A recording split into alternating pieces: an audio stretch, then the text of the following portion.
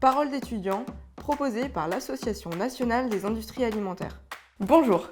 Comme tout le monde, quand je fais mes courses, je suis débordée par les emballages. Alors, en tant qu'étudiante en agroalimentaire, aujourd'hui, je vais tenter de répondre à cette question. Que font les entreprises agroalimentaires pour réduire l'impact de leurs emballages?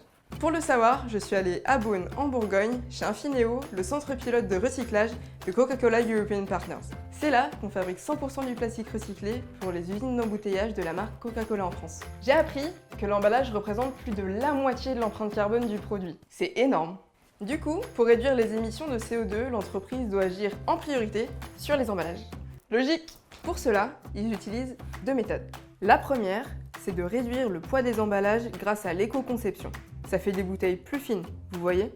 La deuxième, c'est d'utiliser des matériaux recyclés pour les fabriquer.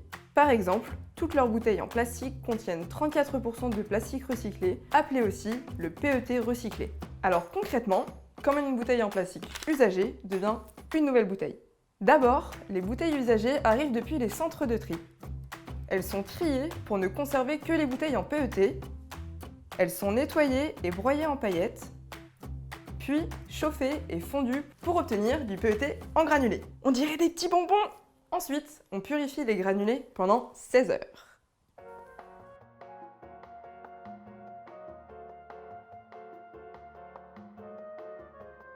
Puis on les chauffe et on les injecte dans un moule pour obtenir ce qu'on appelle une préforme. C'est mignon ces petites bouteilles! Les préformes sont composées d'un mélange de plastique vierge et recyclé.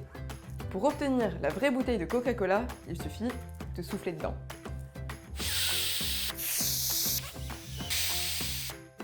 Et hop, on obtient une nouvelle bouteille.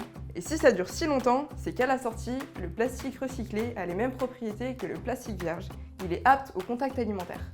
C'est pour ça que CCEP a investi dans cette usine de recyclage du plastique et dans un centre d'information du grand public. Coca-Cola European Partners veut atteindre 50% de plastique recyclé dans ses bouteilles d'ici 2025. Oui alors, 50%, c'est bien, mais pourquoi pas plus, vous me direz?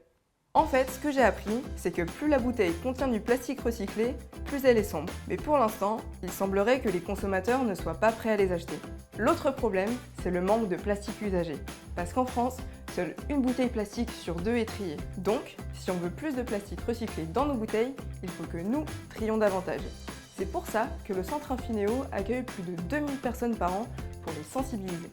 Et moi je pense que la première étape, c'est de mieux faire apparaître sur les bouteilles le fait qu'elles sont fabriquées à partir de matériaux recyclés et qu'elles sont à nouveau recyclables.